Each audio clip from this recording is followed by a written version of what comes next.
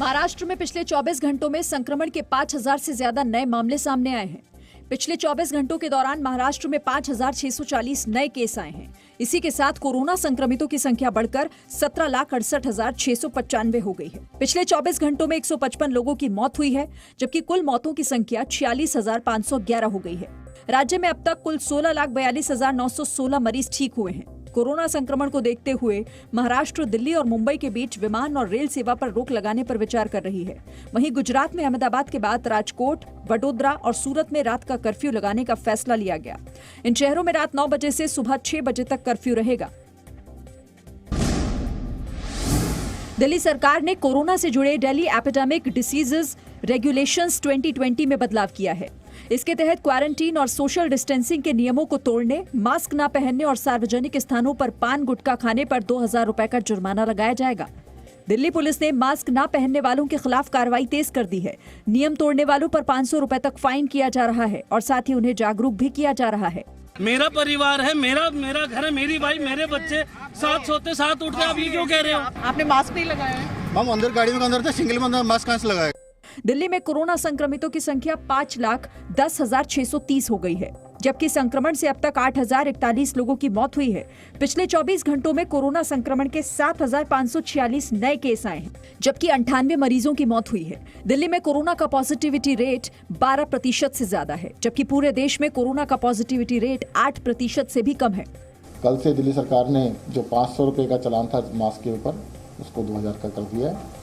और जब भी पब्लिक स्पेस में आप जाएं, पब्लिक के बीच में जाएं, तो मास्क जरूर लगाएं, अदरवाइज आपका चालान हो सकता है 2000 रुपये का।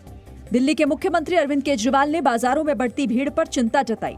इसी सिलसिले में आज उन्होंने मार्केट एसोसिएशन से जुड़े लोगों से बात भी की। वहीं कोरोना के बढ़ते संक्रमण को देखते हुए कंटेनमेंट जोन में डोर टू डोर सर्वे कराने का फैसला भी किया गया है।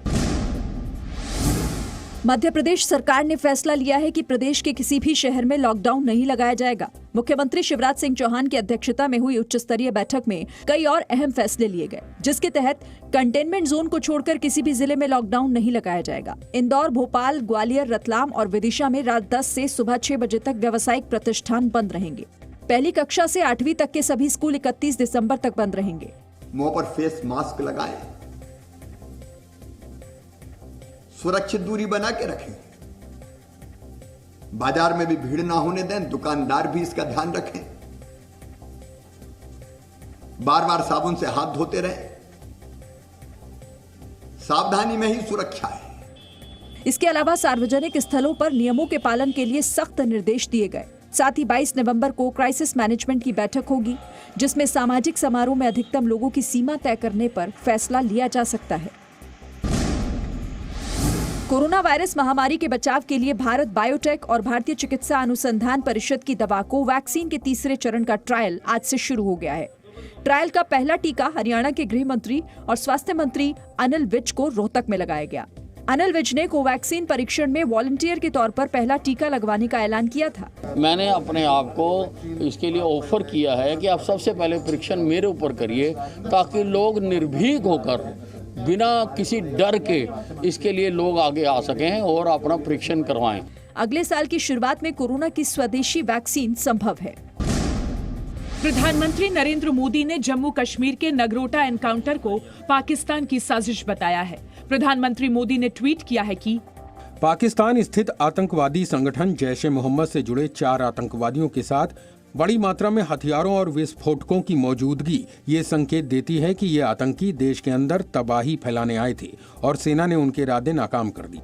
प्रधानमंत्री मोदी ने सुरक्षा बलों की तारीफ करते हुए कहा कि सुरक्षा बलों की बहादुरी और सतर्कता की वजह से ही आतंकी साजिश नाकाम हुई। सुरक्षा बलों ने जम्मू कश्मीर में जमीनी स्तर के लोकतांत्रिक प्रणाली को निशाना बनाने वाली एक नापाक साजिश को हराया है। इससे पहले प्रधानमंत्री नरेंद्र मोदी ने गृह मंत्री अमित शाह, राष्ट्रीय सुरक्षा सलाहकार अजीत डोवल, विदेश सचिव और खुफिया एजेंसियों के अफसरों के साथ नगरोटा एनकाउंटर पर समीक्षा बैठक की। सूत्रों के मुताबिक सरकार का मानना है कि आतंकवादी 26/11 की वर्षगांठ पर एक आतंकी हमले की योजना बना रहे थे। सुरक्षा बलों ने नगरोटा में एक ट्रक में छिपकर जा रहे 4 आतंकियों को मार गिराया था। वहीं जांच में ट्रक पर लगी नंबर प्लेट को फर्जी पाया गया था। ट्रक के मालिक की तलाश जारी है और ट्रक के मूवमेंट से जुड़ी जानकारी हासिल करने की कोशिश की जा रही है। 16 नवंबर को दिल्ली से गिरफ्तार जैश ए मोहम्मद के दोनों आतंकवादियों की पुलिस रिमांड 5 दिन के लिए बढ़ा दी गई। दोनों आतंकियों की 3 दिन की पुलिस रिमांड आज खत्म हो रही थी। दोनों आतंकी लतीफ और अशरफ को आज पटियाला हाउस कोर्ट में पेश किया गया था। पुलिस के मुताबिक आतंकियों के फोन से मिली जानकारी काफी अहम है और इसकी जांच अभी चल रही है। इसके अलावा पुलिस इनके तीसरे साथी की तलाश भी कर रही है। ये दोनों आतंकी दिल्ली में बड़ी वारदात करके नेपाल के रास्ते पीओके जाने की फिराक में थे, लेकिन दिल्ली पुलिस की स्पेशल सेल ने इन्हें सराय काले खां इलाके से गिरफ्तार कर लिया था। आतंकवादी संगठन अलकायदा के चीफ अल जवाहिरी की मौत हो गई है। अरब न्यूज के मुताबिक 69 साल का आतंकवादी अल जवाहिरी की मौत अफगानिस्तान में हुई। दावा किया जा रहा है कि अल जवाहिरी अस्थमा का मरीज था और आखिरी वक्त में उसे इलाज नहीं मिला। अल जवाहिरी को आखिरी बार इसी साल 9/11 की बरसी पर देखा गया था। वर्ष 2011 में ओसामा बिन लादेन के मारे जाने के बाद से अलकायदा अल जवाहिरी की निगरानी में ही चल रहा था। अल जवाहिरी की मौत की खबर ऐसे वक्त में आई है जब पाकिस्तान के प्रधानमंत्री इमरान खान अफगानिस्तान के दौरे पर हैं। टीआरपी घोटाले में ईडी यानी प्रवर्तन निदेशालय ने मनी लॉन्ड्रिंग का मामला दर्ज कर जांच शुरू कर दी है। ईडी ने मुंबई पुलिस की एफआईआर के आधार पर मनी लॉन्ड्रिंग का केस दर्ज किया है। मुंबई पुलिस ने टीआरपी घोटाले में मनी लॉन्ड्रिंग की आशंका होने के बाद ईडी को जानकारी दी थी। टीआरपी घोटाले में मुंबई पुलिस अब तक 11 लोगों को गिरफ्तार कर चुकी है।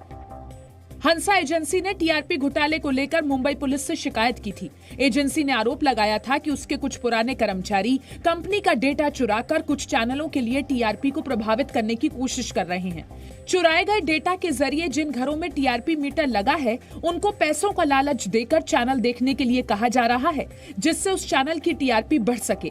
ऐसी ही शिकायत अक्टूबर महीने में लखनऊ के हजरतगंज थाने में दर्ज करवाई गई थी, लेकिन यूपी पुलिस ने मामला दर्ज करते ही जांच सीबीआई को सौंप दी थी। बिहार, दिल्ली समेत देश के अलग अलग हिस्सों में छठ मनाई जा रही है। आज डूबते सूर्य को अर्घ दिया गया। कल उगते सूर्य को अर्घ देने के साथ ही आस्था के महापर्व का समापन हो जाएगा। कोरोना काल में ये पहली छठ पूजा मनाई जा रही है। कोरोना के बावजूद बिहार की राजधानी पटना में छठ घाटों पर बड़ी संख्या में श्रद्धालु पहुंचे और भगवान भास्कर को अर्घ दिया।